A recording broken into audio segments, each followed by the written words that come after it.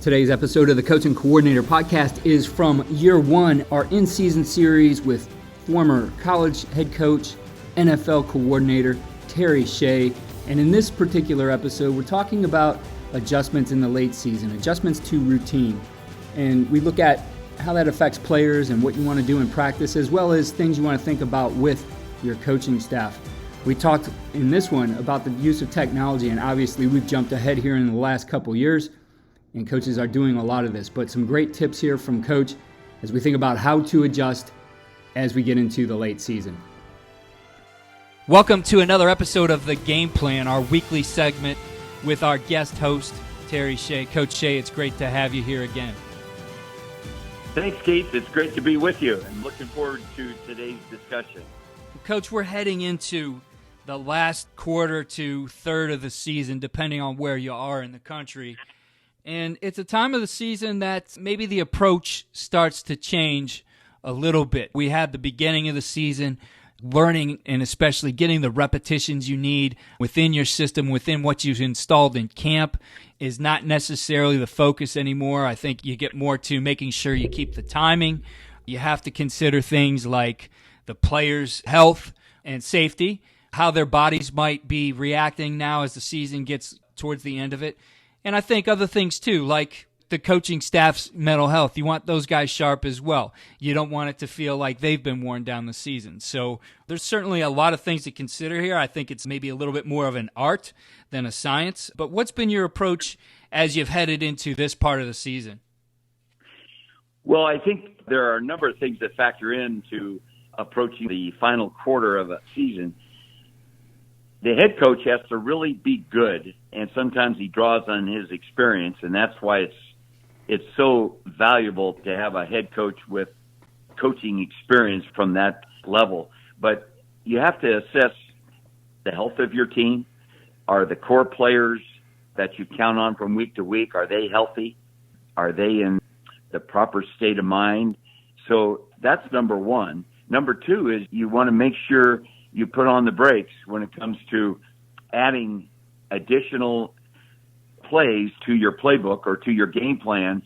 Be very selective as to which plays you do add, because the more you add as a coaching staff, the more you get away from your core plays that may have been so successful and so productive for you early on in the year as you came out of training camp. So that's the second factor. And I think the third factor is that you want to measure the minutes spent on the practice field. You don't have to spend 2 hours in practice anymore at this point in the season.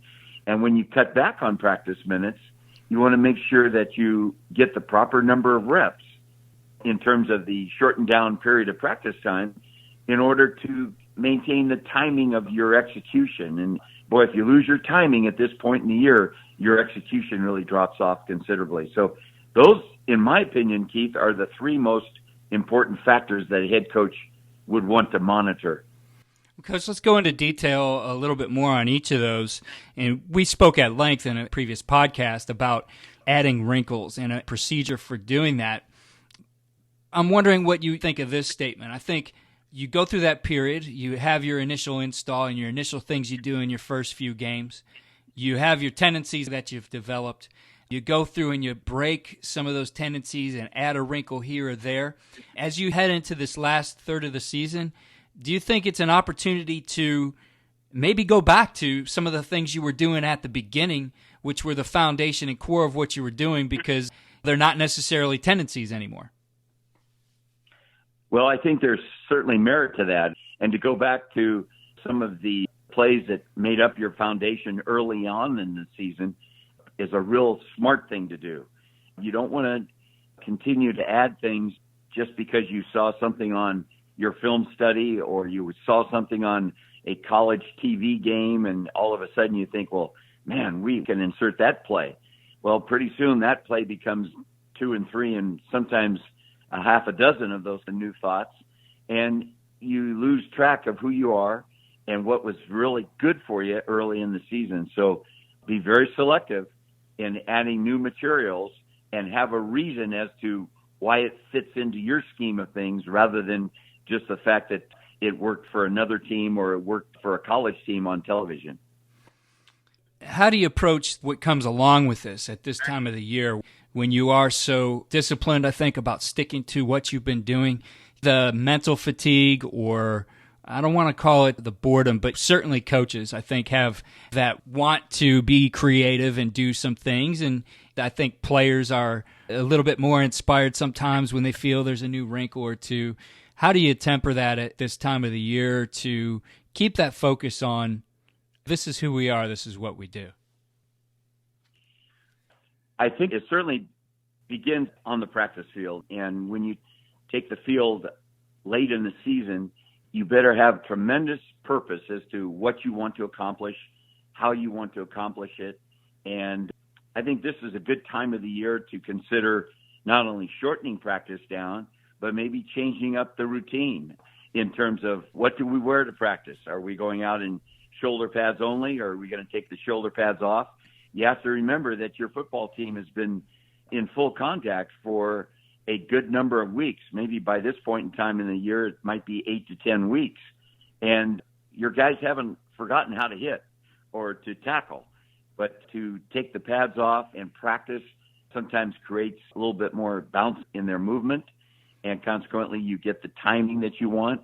And consequently, the execution follows. So from that standpoint, I think that's the right approach at this point in time, is to shave some minutes off, change up the routine of what you wear in practice, and go to more game situation kind of reps. Practice what's truly going to make a difference in these last 3 or 4 games of the season by practicing those game situations as much as you can. I definitely want to talk a little bit more about those situations, but stepping back for a second, let's focus on changing up what you wear. What were some of the challenges, do you think? Because I've seen this as you go from maybe early in the season being padded practice throughout the week to taking those pads off. What are some of the things you want your players to focus on to keep those kinds of sessions in the right frame of mind? Because I've had those teams who didn't understand how to practice when they weren't in full gear. They thought they needed to slow things down. There's also those teams that didn't understand that they were no longer in full gear and that there's things that they couldn't do. So what types of things did you do as a coach to make sure your team was handling that correctly? That's always a fine edge to travel as a coach, to make these kind of decisions on what you wear out to practice and so forth. I think a coach should assess, do I have a young team?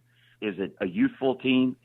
And consequently, maybe I keep the pads on that kind of a team more so than a senior-oriented team that has a lot of upperclassmen to it. Consequently, you might back off in terms of wearing shoulder pads as much as you might early in the season. I remember always telling our guys when we go out without shoulder pads on, I always would talk about we've got our fast gear on now. And that's what you fight. Keith, you alluded to it in one of your comments already, is you tend to lose the tempo of practice potentially when you take the pads off or when you change up the routine. So you want to keep your players focused on how fast they want to be when it comes to practice. And consequently, especially with the pads off, you can still practice with good tempo. You can practice with good efficiency, and you can still have that bounce in your step. And I think that's the focus you want to keep in front of your players when you change up the routine of what kind of practice equipment you're going to wear on any given day. I'd like to pause there and make coaches out there aware of a resource that we have available on USA Football. It's called Practice Smart. It's a $10 video course which really goes through and outlines the different ways, the different tempos you can use in practice. How can you get to this point in the season, for example, take off and maybe go in just the uppers and have a great practice? And really it puts the focus on where contact belongs, where you need contact in practice, and how you can back off some of that contact and do like you've just mentioned, keep the timing. And it's a great video with Robert Weiner, who is the head football coach at one of the nation's best high schools right now, Plant High School in Tampa. And also Tony Dungy is a big part of that video as well. And Tony Dungy mentioned in that video, Coach, that when he first started out with the Pittsburgh Steelers, he was only used to one way. So it was a revelation to him when he started working with Bill Walsh and some of the other coaches of this is how to practice in a different way, that I don't need contact in every single phase of practice. Well, I can certainly appreciate that. I remember being at the Kansas City Chiefs one year, and I also saw this done at the college level, is toward the end of the season when you're nearing that final quarter of the year, you go out with full pads on or shoulder pads on, and you get your contact work done early in the practice, meaning maybe you have a 9-on-7 run period or you have a tackling drill, and then the team actually took their pads off and put them off to the side or put them onto the track, and you practice the remaining 60 minutes with no pads on. So that's another approach that I've seen work very well, and I think the players kind of go through a mental transition when they say, man, we've got the pads off now, and it feels like we can run around a little bit quicker. So there's that part of the psychology to it as well. But that's one approach, Keith, that I remember very distinctly, and it seemed like it kind of rejuvenated some of the players, and it wasn't always announced. It was kind of a, hey, okay, guys, let's take 5 minutes, get some water, and get your pads off, and come back ready to practice for another 60 minutes. So that's another approach. Yeah, I think that's a good approach as well. And keeping the speed of practice, keeping that mental edge, I think is important. And you brought up earlier the situational side of it, really focusing, taking your plays and making sure they're always in a situation. And early in the year, you want to have a situational focus. Sometimes it's, hey, we're working on our base offense. It's first and second down. It loses a little bit of that feel as you're repping through those. But now I think at this time of the year, really putting everything into that framework of here's what's going to happen in the game, here's how we're going to use these things in the game, I think also helps keep that mental edge. It certainly is a big factor in your mental preparation. I remember my years with Coach Bill Walsh, and he would never allow us to practice any given play on offense or on defense that did not have a down and distance and a game situation tagged to it. So that's extremely important. Sometimes when you practice your first and second down plays, they can kind of get a little bit mushy in terms of you're not sure why you're practicing certain plays. I would always tell the offense, now these particular first down calls are what we call our drive starters. So every time we go out for a new possession, expect to hear one of these plays called. And now we're going to practice for the next 6 reps. We're going to practice our drive starters. So you even break it down even further as to why you're practicing some first down plays versus why you're practicing third down plays and so forth and so on. So I think that can really give a football team tremendous focus, and their recall during the course of a game now says, yeah, I can anticipate these 5 or 6 plays being called as we take the field on a change of possession. So that's another good way to approach the practice routine. And I think you can also really do some things within there that make it a little bit more mental for your coaches as well. A coach I learned this from was Stan Parrish, who at the time was the offensive coordinator at Ball State University. And Stan obviously coached at Michigan. He had a Super Bowl ring being the quarterbacks coach with the Tampa Bay Buccaneers and spent a lot of time around both the NFL and college football. And so he's a great football mind. I've seen this out there in other places. But something Stan would like to do throughout the course of the season to keep things fresh is he would do what he called a 2nd and 8 scrimmage. And it wasn't necessarily a scrimmage. It certainly doesn't have to be done in full pads. But you would start with the situation being 2nd and 8, which obviously affords you the ability to maybe look at some of your longer yardage plays, but also still can keep you in some of those base plays as well. And then after that play, if a first down was not attained by the offense, you would go into a third down call. So your coaches had to have their third down offense ready and be prepared to have that third down call. I think that's another interesting way to keep it mixed up during the course of the season, not get caught up in, hey, we're going to run these 25 plays today in team offense, or this is going to be 10 plays in our third downs. That it mixes it up. It keeps the competition, again, depending on what level of contact you institute for that, keeps the level of competition going and keeps everybody kind of mentally engaged in it as well. I like that. It keeps your play caller sharp as well, because he has to make sure that he stays possibly one play ahead of the play call. So I like that approach. And I think that keeps your defense in a game situation approach on every snap. And if one side of the ball needs it as much as the other, I sure think the defense oftentimes plays situations much more importantly than the offense does. So that helps both sides of the ball.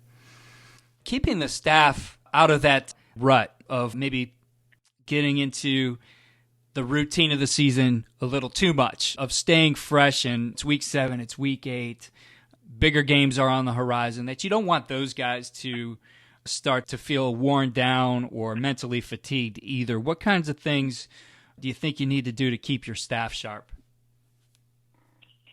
If you're a long-hour coach where you meet with your staff after every practice and you keep them there until whatever time at night, you need to start shortening down maybe some of your coaches' meetings in terms of time, giving them a little bit more of a break away from football at the end of the day. I think all those things add to morale of the staff and a sharpness mentally to the staff. So, and you might change up the routine with your staff a little bit. Maybe there's an opportunity to meet early in the morning, and as soon as practice is over, they get to go home. You can kind of flip things around to where I think you keep a coaching staff not only fresh, but rejuvenated to want to go to work again each day. So, and you have to remember, when you're at the high school level, some of your staff members are not full-time. So you want to take that into account, and they may not have the same passion that the head coach has at the high school level, and sometimes that has to be taken into account. So you can make sure your staff is ascending rather than flattening when it comes to the final quarter of the season by changing up your routine some. I think that's a good point there. Their routine obviously is important as well, and I think the neat thing over the last 6 to 8 years, you've seen the advancements in technology where we used to be tied to reel with a coach's clicker and that thing spinning back and forth until you'd break the tape. I learned all kinds of different words from my dad when that tape would break, but you were tied to that piece of equipment. You had to watch it in the office. And today, coach can be anywhere and see that video right there on his phone. And we have to remember that too, that some of us who went through that time, I guess maybe some of our younger coaches haven't experienced it, but we're not tied to the office anymore for everything that we do, that we have the ability to look at things, be a little bit more concise with what we do, efficient with what we do because of the technology.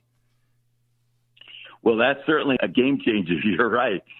And it sure beats taking the old film up on the side of the wall to splice and to resplice. But there's another part of it, Keith, that I want to encourage the young coaches to understand, and that is, with all the technology and everything, it can send a coaching staff off into the night, and they don't get a chance to communicate with each other as you do when you watch something together.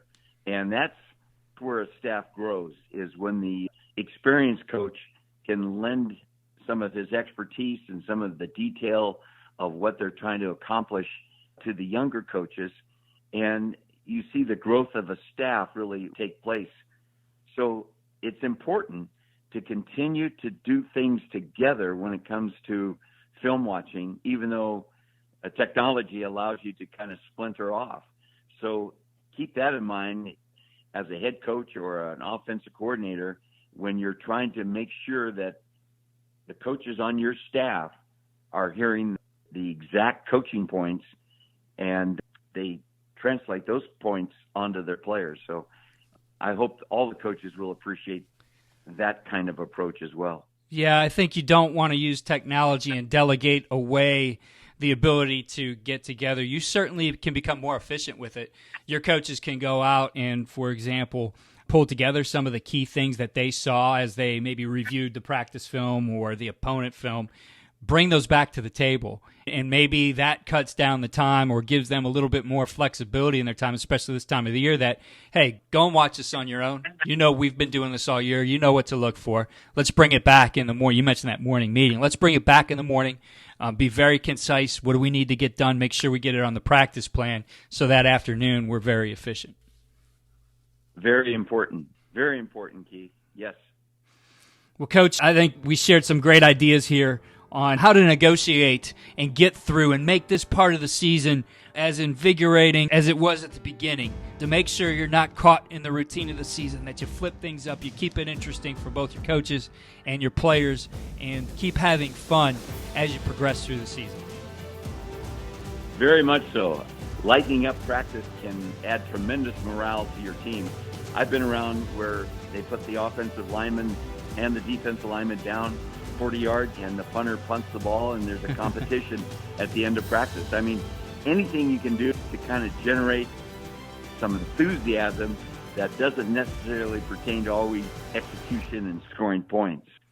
Keep every thought in mind as you approach the last quarter of the season and make it fun for your players. Coach, I look forward to talking with you next week and sharing some more ideas here on the game plan. Great, Keith. Talk to you soon. Thank you again for following the Coaching Coordinator podcast and all we're doing here in season to keep your team moving along. Follow all we're doing at coachingcoordinator.com and follow me on Twitter at Coach K. Grabowski.